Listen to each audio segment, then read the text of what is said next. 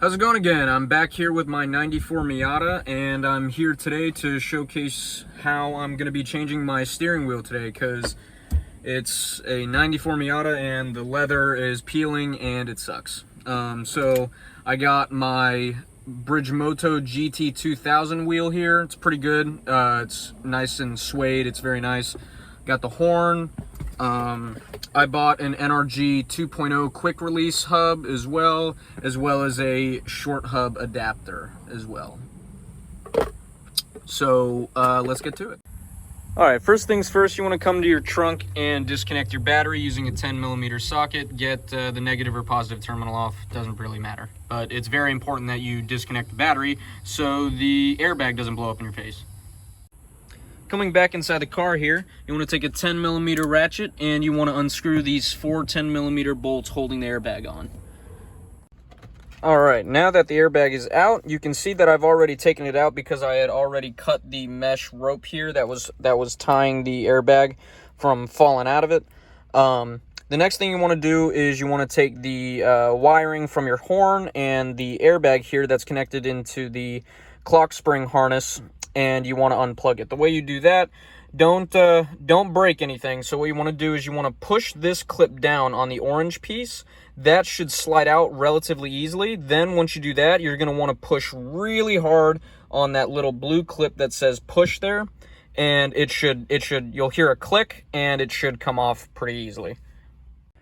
So then what you're going to want to do is you're going to want to take a 21mm impact gun and make sure you're going the right direction and hit it.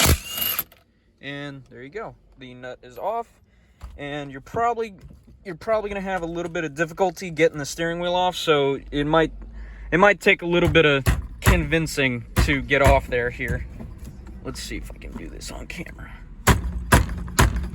You just got to knock it loose pretty much. Yep, there it goes. All right, there you go. And the steering wheel is out. Piece of shit. So now that you've reached this stage, you need to get the clock spring out. So what you need to do is you need to get this plastic piece off, and the way you do that is there are these Phillips head screws here. I think there's 4 usually, right? But the thing is that there's 1, 2, 3, and then this giant, really deep hole here is a 4th one, but I think I have already removed that one because that's a pain in the ass to get to. Alright, so since that piece is removed, you can unscrew these 3 screws right there to get the clock spring out. Alright, so a few steps I have skipped, but pretty much once you remove the clock spring, it's connected to a series of wires here.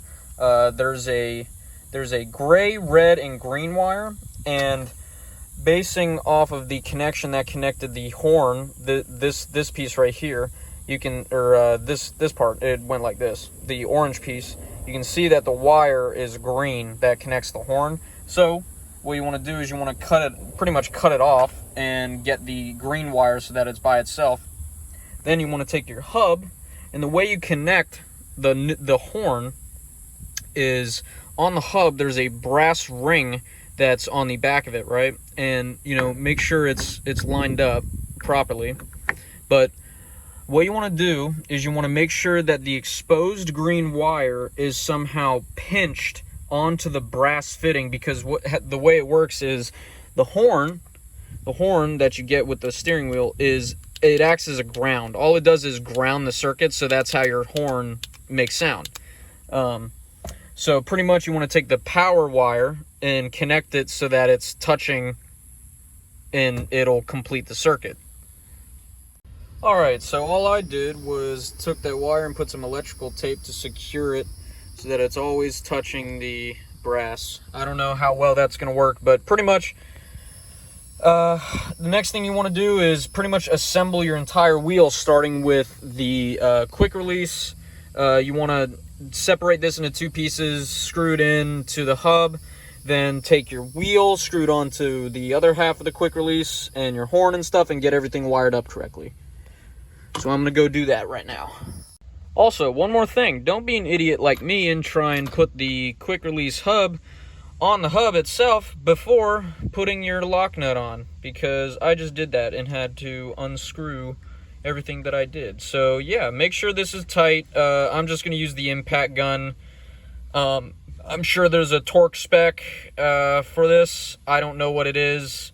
If my wheel falls off and I die, so be it. Alright, so that took way too long, but as you can see, I got everything in place and the wires touching, and you know, the horn works, so there you have it. So that took way fucking longer than I thought it would. I had trouble getting this plate back on. It's still not really on all the way. That's just because the guy before me stripped the socket that the screw's supposed to go into. It's a bit of a pain in the ass, but we got it. The horn works, and I figured I'd end the video off on a good note, which is why I got this NRG quick release hub.